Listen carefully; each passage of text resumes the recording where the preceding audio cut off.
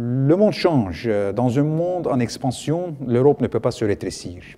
Le monde change avec multiples axes. L'émergence de l'Asie-Pacifique, les relations transatlantiques, les sujets comme l'énergie, comme la société d'information, la sécurité. Dans tout cela, l'Europe a besoin vraiment d'être plus large, a besoin d'une taille critique pour mieux faire face aux défis du XXIe siècle. Évidemment, l'élargissement est un outil important pour l'Union européenne, avec les pays balkaniques et la Turquie, qui sont déterminés à devenir membres de l'Union européenne.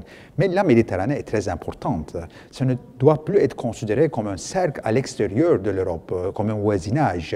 Il faut peut-être saisir l'occasion, depuis aussi le dernier sommet du Conseil européen, avec les changements institutionnels qui seront en cours pour la zone euro, pour recréer ce que l'Europe signifie, pour donner une perspective, une vision stratégique aux pays méditerranéens dans un ensemble qui sera mieux intégré avec une zone de libre-échange, avec une zone de standards. Et bien entendu, c'est une perspective importante. Ce sera une Europe beaucoup plus large, mais ce n'est pas l'Union européenne dont on parle, mais on parle d'un espace économique euro-méditerranéen. Et il faut remplir cette zone, ce cadre, avec des politiques très concrètes dans une approche fonctionnaliste, en commençant avec une zone de libre-échange et des standards, une union de standards dans la zone de la Méditerranée du Sud. Il y a l'eau, il y a l'énergie, il y a toutes sortes de coopérations culturelles et sociales. Il faut être concret et crédible. Ce n'est pas seulement pour le bien de la Méditerranée, ce n'est pas seulement pour le bien de l'Union européenne, mais c'est une question de la compétitivité de l'Union européenne, de l'Europe, de la Méditerranée au XXIe siècle dans un ordre global en expansion.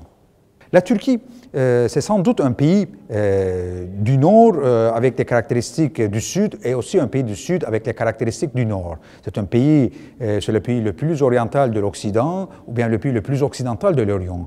Ce n'est pas seulement sur le plan géographique ou culturel ou sociologique, mais c'est sur le plan aussi d'intégration économique, c'est sur le plan des politiques et de leur formulation, des échanges humains.